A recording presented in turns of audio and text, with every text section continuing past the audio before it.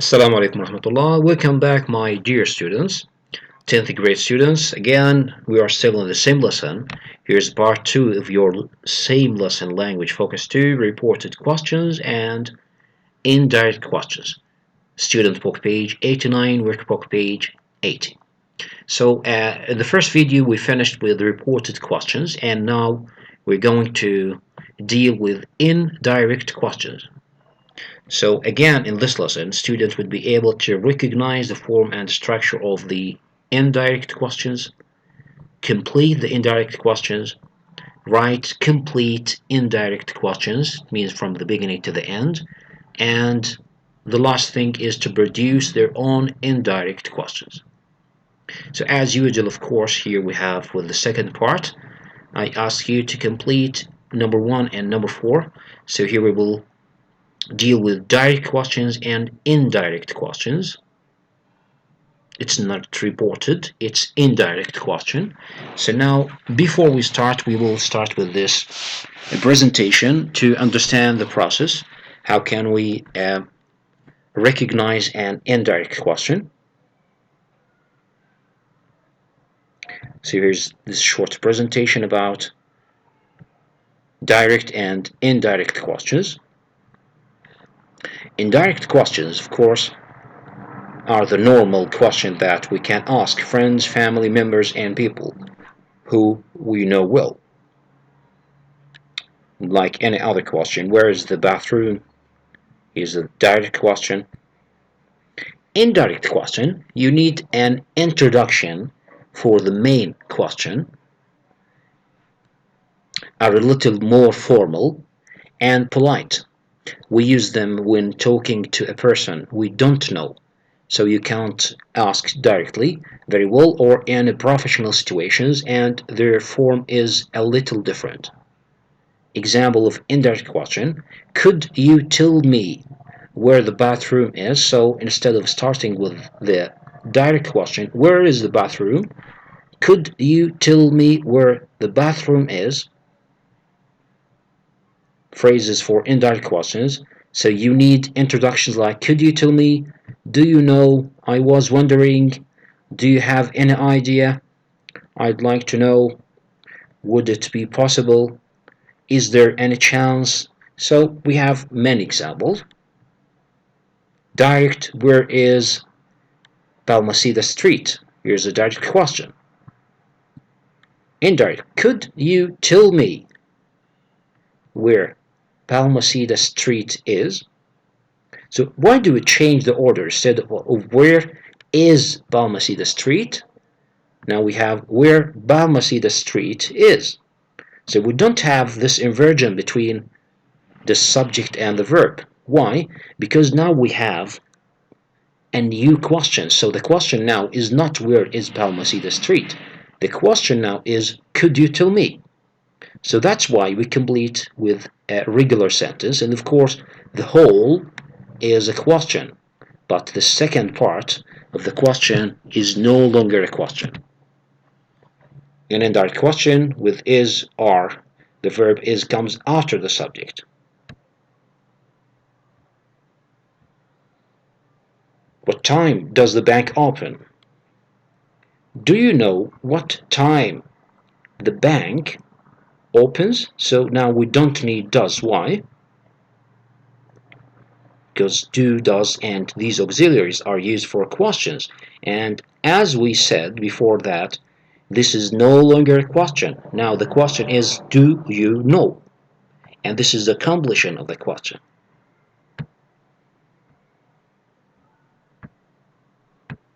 Let's have another example. Why did you move to Chile? I was wondering why you moved. So the same, we don't have a change of tenses. We just complete. So the only thing that we change when you have indirect question is to have a question as an introduction to the main question. So ask a question about the question. This is the indirect question. There's no auxiliary verb. Did is not used here. How much does the iPhone 7 cost? I'd like to know how much the iPhone 7 costs. So this completion is just like any other sentence. We don't have does, we have cost to costs.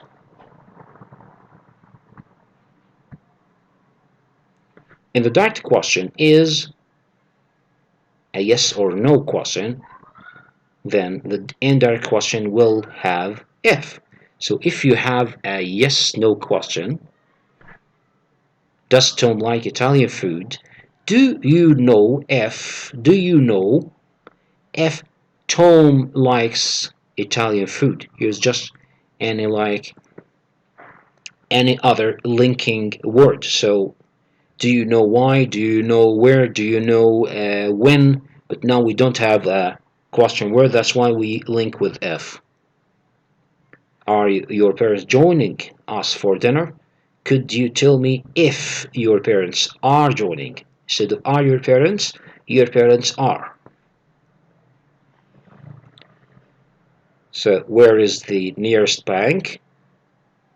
Why is that little boy crying? So here we have different yes no question and WH questions. Here are the way we have indirect question. Could you tell me where the nearest bank is?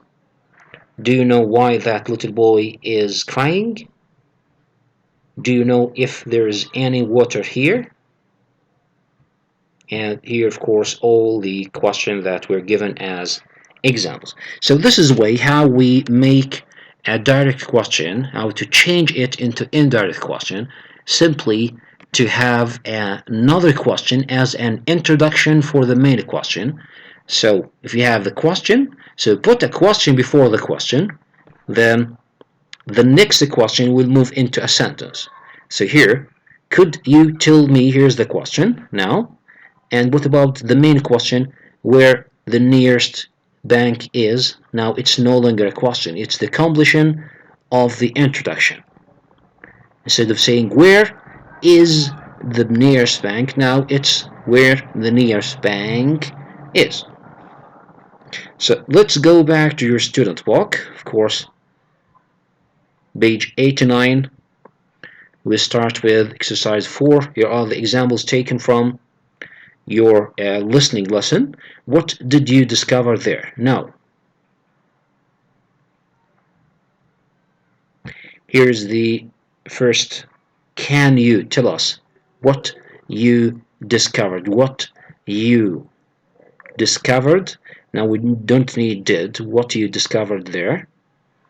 Give us more details about the crime, James. James, I was wondering if you could give us more details about the crime. To just complete like any other sentence.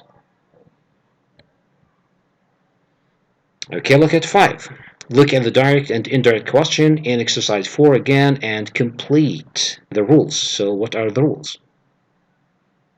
In a direct question, we use or don't use the auxiliary verb do or did. Of course, we don't use them because, of course, it's no longer a question. It's the completion of a question. We don't use if in yes-no questions. Of course, we use it as a linking word just to recognize the kind of the question. We use the word order of a statement. Of course, we don't use verb subject, we use subject verb. We use indirect question in order to, of course, in order to be polite. They are more formal and more polite. Okay. What about number 6 now? Write indirect questions for the witness of a robbery and to add 2 more questions using your own ideas. So you need to precede all these questions with an introduction, like look at this one. What's your name? Could you tell me, just to sound more polite, could you tell me what your name is?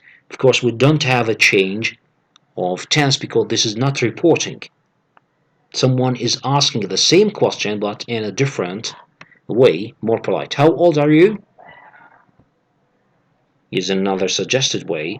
Could you tell me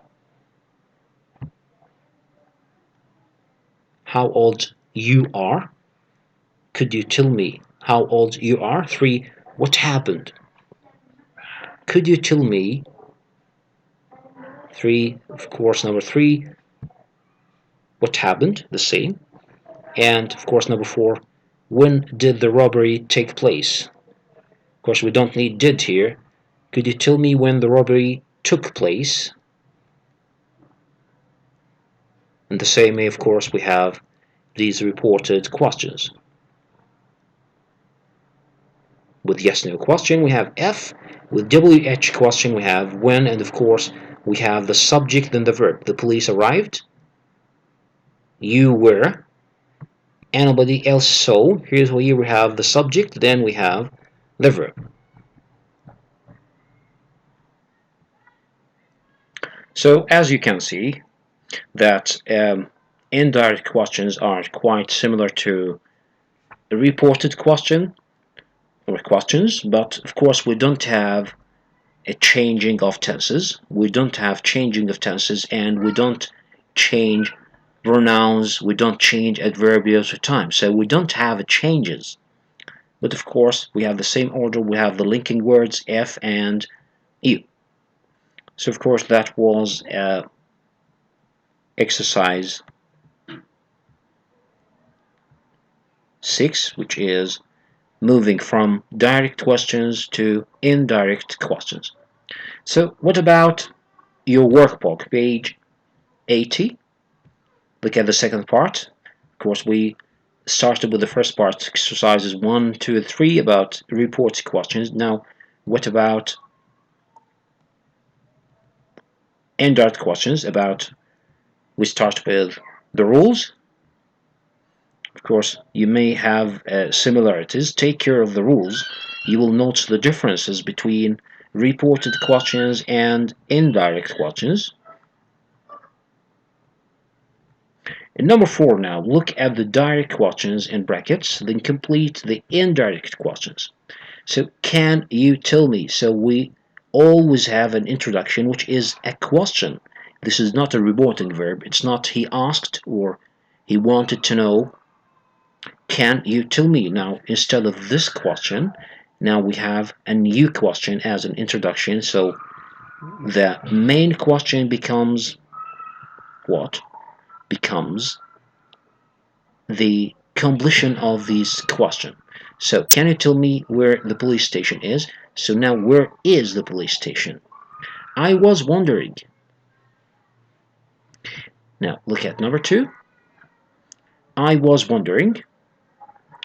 Could I ask you a few questions? I was wondering, of course, here's a yes/no question, so we have F as a linking word. I was wondering if I could. If I could. Of course, it's not could I. If I could, now it's a regular sentence, ask you a few questions. Of course, we don't have change of tenses. We don't have change of pronouns. So I becomes I or stays I. Here you or the police station become be or stays the police station. So in the same way, please try to make indirect questions. Here's in number 4. What about number 5? Imagine you are a journalist. Think of 3 indirect questions you might ask the police officer about a crime. Then report 3 questions you have been asked today. So look now at the difference between reporting and indirect. Can you tell me how many suspects there are? So here is the indirect question because we have this question as an introduction. Can you tell me?